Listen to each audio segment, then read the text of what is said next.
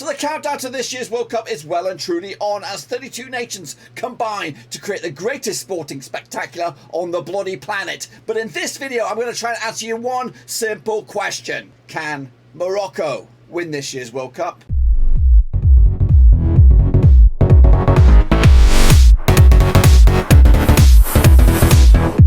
That's right, folks, back once again with another World Cup summary video. That's right, where we're going to try and answer one simple question. Can this nation actually go out and win the World Cup out in Qatar? We'll take a look at it, all of it, in a second. Of course, if you're new, where you been, smash your subscribe button, bang it, all things World Cup related, Blabbing Rovers related, world football itself related. We got it all here, boys, under one roof. Of course, the countdown is well and truly on, with the tournament set to kick off in November 2022, of course. But what's going to happen this coming World Cup? We'll take a look at all of it in a second. Of course, big shout out to my VIPs. They are the patrons, of course. And if you are interested in helping out the channel in another way, check out the links down below. I'm on Twitter, I'm on Twitch, I'm on Patreon, and of course there's a Discord in there. So get in amongst it and let's get chatting. So let's take a look at Morocco's chances here over in Qatar 2022. That's right, the African nation are back yet another World Cup. They qualified as third round winners, and we'll elaborate on that in a minute, of course. But down the bottom of the screen there is the group stages, of course, which Morocco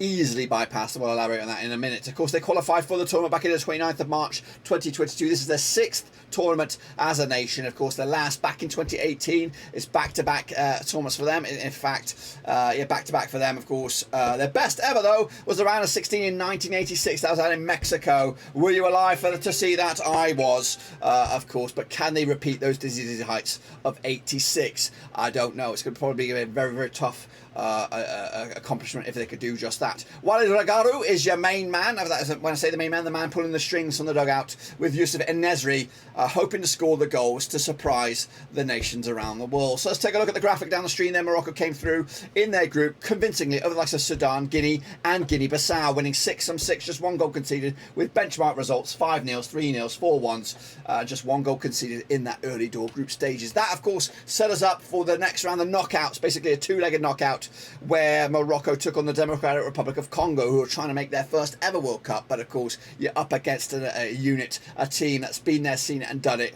in an African point of view. Morocco 5-2 on aggregate, 4-1 the second leg. That was the benchmark result, and that was, of course, convincingly enough to put them through. They're, of course, joined by Senegal, Cameroon, Ghana, and of course Tunisia, making up the African contingent in this year's Qatar 2022. So the key match, what is going on here? So, of course, they landed themselves in Group F, a very, very difficult Group F indeed, with the likes of Belgium, Canada and Croatia joining them in what proves to be, and I'm going to be honest with you, Moroccans, it's a very, very difficult group. A difficult group that you're gonna have to surprise me. You're gonna have to surprise the rest of the world that you can get out of this. We're talking about Belgium, who finished third last time around in Russia. You're talking about Croatia, who finished second last time in Russia. You're talking about Canada, who are getting ready to host their own World Cup, of course, in 4 years' time. They're excited about this just as much as you guys are too, if not more so, because they didn't expect to be here about 2 or 3 years ago than the same. So it's going to be a tough order for Morocco to get anything out of this. But guess what? It is absolutely a possibility. Morocco can do this, but will they do this? That's the question. So the key match for me, unfortunately, just like the Canada video, is up against Canada, and unfortunately, the placement of that game is where it's going to be a make or break for Morocco. It is the third match in their agenda. Of course, they do kick off their campaign against Croatia on the 23rd of November. That's an early kickoff there, 5 a.m. for me. I'll be there. I'll be watching along. I'll be cheering on from my ass right here in the United States, I think. So that's match number one. Then they take on, that's Croatia. Then they take on the bronze medalists next time around, Belgium. So on the 27th of November. And again, very, very difficult. The third game is Canada, and then that is the must-win game. But the point of what I'm trying to get to you guys and the Canadians, just the same, you could be eliminated by the time that game comes around. So if you can do the unthinkable and pick off just 1 point at those first 2 games, just get one draw, you're going to give yourselves a sliver of a hope to get through. If you are to pick up a draw against Croatia or Belgium, you've got to make sure the other match is a narrow defeat. You don't want to lose 2-3, 4-0 to get that goal difference against you, because that 1 point in one of those games and a win against Canada could be enough for 4 points to go through, but it's going to rely on your goal difference. So let's get that into your heads a little bit here. So you've got to really play tactical football, wise up a little bit, and try your very, very best not to lose, and not to lose heavily in those first 2 games, to give yourselves a sliver of a chance to make the last 16, of course. But anyways, take a look at the odds to qualify. 2-1. It's odds. It's not bad odds. I think it's better odds than the Canadians, but to win the piston thing is 201 to go all out and lift the trophy at the end of it.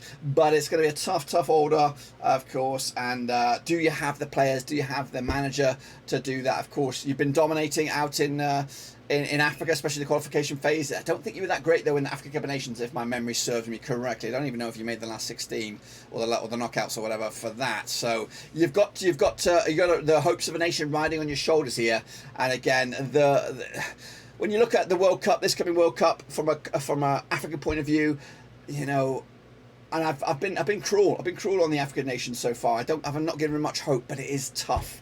You're up against some really big opposition, not only from Europe but also, you know, the Americas as well, and even some of the Asian teams are really raising the game. So Africa really needs a nation to come on here into this World Cup and give the continent some belief that they can actually potentially win a World Cup in the next 20 years. But right now, I think this one is going to be a tough one to call for Africa as a continent. There might be 1 or 2 nations that have a realistic chance, depending on the group, but unfortunately, Morocco, it's going to be tough for you to do that. What I can say, and I've given some other nations that are also in a similar boat, where they're up against some really decent opposition, is the climate, the weather, the conditions, the terrain. It's going to favour the likes of Morocco. It's got comparable, maybe, conditions and climate where they used to be playing in these conditions. Can those transfer to Morocco? Can they adapt well to the environment when the tournament kicks off in November? That could be a major player. That could be the difference between the likes of Belgium and Croatia getting themselves off to a flyer. And again, that will focus on match number 1 for that. But Linda, I'm ready for you. What you got? Can they win the World Cup? Can Morocco win the World Cup? No, of course not. But I think their main focus is to equal their achievements of 1986 and get out of the group stages into the round of 16. Can they do that? That is, of course, the question I will answer for you in a second. Will they win the World Cup? Unfortunately, they will not win the World Cup as well. So I'm not backing Morocco here. I'm not backing them to get out of the group, unfortunately. But I hope to be proven wrong. That's right. But yes, if I'm going to put my money in my mouth, I'm going to say Morocco to crash out at the group stages once again. But unfortunately, I'm just happy to have them here.